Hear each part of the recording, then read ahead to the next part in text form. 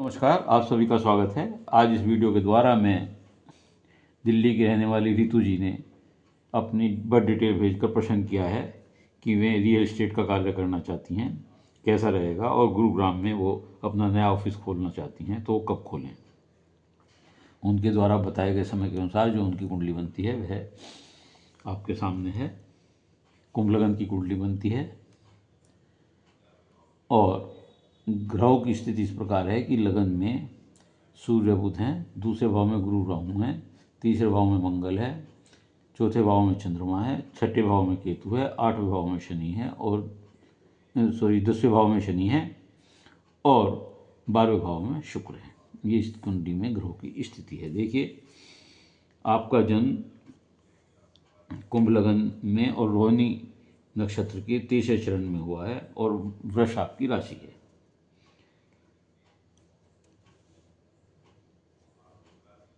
सूर्य बुध लगन में बैठकर बुधादित्य योग बना रहे हैं। दूसरे भाव में गुरु राहु गुरु चांडाल योग बना रहे हैं। मंगल स्वग्रही हैं तीसरे भाव में। चौथे भाव में चंद्रमा उच्च के हैं और बाकी दूसरी राशियों में इस तरह आपके और ग्रह बैठे हुए हैं जो मैंने बताए हैं। लग्नेश शनि, अब हम आपके लगन से बताते हैं। लग्नेश शनि है और वो शनि जो है 10वें भाव में बैठे हैं। 10वां भाव शनि का अपना भाव होता है। इसके अलावा मूल त्रिकोण के स्वामी बुध जो हैं वो भी पंचमेश होकर के सूर्य के साथ लगन में बुधादित्य योग बना रहे हैं और सूर्य भी सप्तम का स्वामी, दैनिक रोजगार का स्वामी होकर लगन में बैठा हुआ बुध के साथ बुधादित्य योग बना रहा है, जो बहुत अच्छा योग है। लग्नेश जब 10वें भाव में बैठते हैं तो ऐसे लोग अपने कैरियर व्यवसाय में सफलता पाते हैं, क्योंकि शनि का अपना ही घर है ये, पाते हैं तथा सम्मान मिलता है समाज में तथा अपने कार्यों के प्रति, व्यवसाय के प्रति ये बहुत डेडिकेटेड होते हैं, समर्पित होते हैं। पंचमेश का लगन में बैठना, ऐसे लोग बुद्धिमान होते हैं, जैसे बुध बैठे हुए हैं, बुद्धिमान होते हैं, धनवान होते हैं, भाग्यशाली होते हैं, शिक्षा व संचार क्षेत्र में सफलता मिलती है तथा सप्तमेश सूर्य लगन में बैठे हैं तो ऐसे लोगों में गजब का आत्मविश्वास होता है, कॉन्फिडेंस बहुत होता है, नेतृत्व की क्षमता होती है, ऊर्जावान होते हैं, तेजस्वी होते हैं। सूर्य बुध की युक्ति लाभ लगन में बुधादित्य योग बनाती है, जिससे बुद्धि, विवेक, प्रशासनिक व प्रबंधक क्षमता बहुत होती है ऐसे लोगों में। ज्योतिष के हिसाब से सूर्य जो है लगन में वह राजा होता है तथा बुध युवराज होता है। ये एक अच्छा योग होता है। इस प्रकार कार्यों में सफलता, प्रतिष्ठा व धन सब कुछ प्राप्त होता है ये बुधादित्य योग के बैठने से, तो कार्य आपका सब प्रकार से ठीक होगा। दूसरे भाव में गुरु और राहु बैठकर गुरु चांडाल योग बनाते हैं। यह युक्ति अच्छी नहीं होती, जो यहाँ बैठकर दूसरे भाव में होते हैं, युक्ति अच्छी नहीं होती। ऐसे लोग गलत माध्यम से रुपया कमाते हैं तथा उसे अनावश्यक खर्चों में, घूमने फिरने में, खाने पीने में, पार्टीज में खर्च कर देते हैं।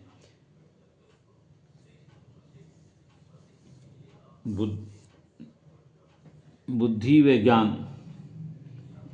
के जो हैं ये, बुद्धि और ज्ञान जो इनमें है, जो इनकी कुशाग्र बुद्धि है और होशियारी है, इंटेलिजेंस है, उसका गलत उपयोग करते हैं ऐसे लोग। परिवार कुटुंब से भी विमुख होने लगते हैं। इन दोषों से बचने के लिए, जो गुरु चांडाल योग दूसरे भाव में, ऐसे लोगों को नशे को या मादक वस्तुओं के इस्तेमाल से बचना चाहिए, अवॉइड करना चाहिए। मांसाहारी भोजन का त्याग करना चाहिए, पुखराज धारण करना चाहिए और भैरव के मंदिर में दीपक जलाना चाहिए। इसके अलावा दूसरे भाव में गुरु जो है, ये तो मैंने गुरु चांडाल योग की स्थिति बताई और उसका उपाय बताया कि उनका क्या प्रभाव होता है। इनके अलग अलग प्रभाव क्या हैं गुरु के। गुरु विद्युता का है और अच्छी बातों के लिए है, और राहु बहुत छलावा है, धोखे की बात करने वाले हैं, शार्प हैं, तो इनके दोनों करैक्टर अलग अलग हैं, उसके बारे में बताता हूँ। दूसरे भाव में गुरु अपनी मीन राशि में है तथा कर्म भाव पर भी इनकी अमृत दृष्टि पड़ रही है। 10वें भाव पर भी शनि का अपना भाव यहाँ बैठा हुआ है और बाद में बताऊंगा कि मंगल की भी पूर्ण दृष्टि अपने घर पर पड़ रही है। तो गुरु की वजह से ऐसे लोगों को भूमि का और कानून का, लकड़ी का जैसे कार्यों में सफलता मिलती है। लेकिन राहु जो है दूसरे भाव में अचानक झटके से कमाई कराता है, धन दिलाता है, झूठे वायदे कराते हैं, मित्रों और रिश्तेदारों से उधार लेकर उन्हें वापस नहीं करते या जल्दी से वापस करने की स्थिति में नहीं होते, जिससे छवि खराब होने का डर रहता है।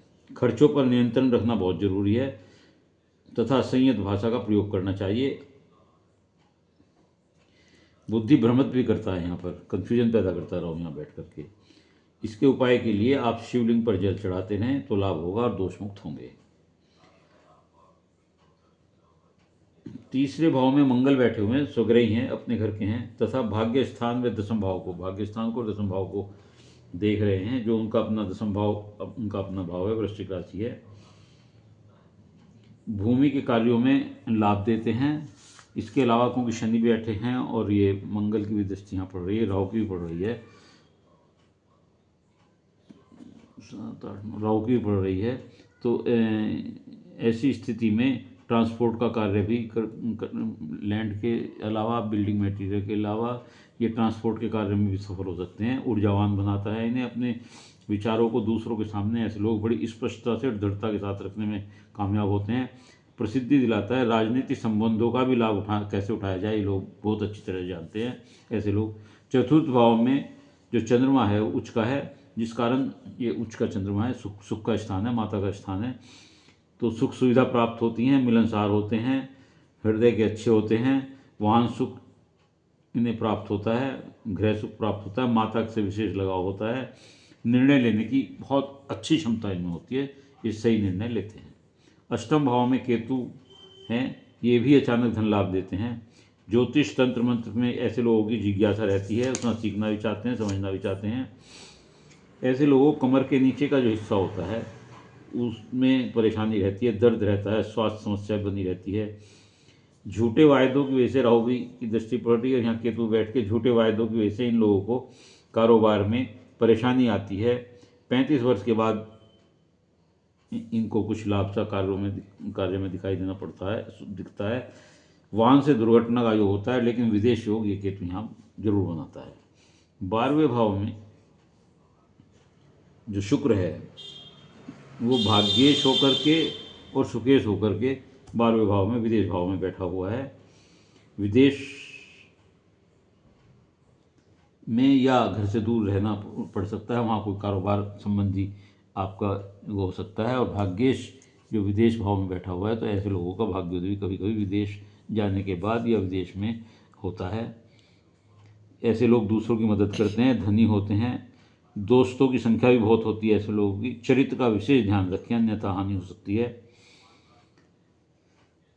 प्रसिद्धि इन्हें मिलती है, आकर्षक व्यक्तित्व के स्वामी होते हैं, विदेश में रहना पड़ता है और यात्राएं बहुत होती हैं इनकी। तो ये शुक्र की स्थिति है। तो इस प्रकार आपकी कुंडली में ये मंगल जो है यहाँ भी भूमि संबंधित कार्य देता है, या मंगल शनि का कॉम्बिनेशन से ट्रांसपोर्ट का काम हो सकता है, इनमें आपको लाभ होगा। तो निसंदेह आप रियल एस्टेट का काम कर सकते हैं। अब आपका प्रश्न ये है कि मैं नया ऑफिस कब खोलूँ। नए ऑफिस खोलने के लिए देखिए, अब नज़दीक की तारीखों के हिसाब से 7 अप्रैल 2025 जो है ये सोमवार का दिन बैठता है, पुख्य नक्षत्र है उस दिन, बड़ा अच्छा नक्षत्र है, शुभ नक्षत्र है।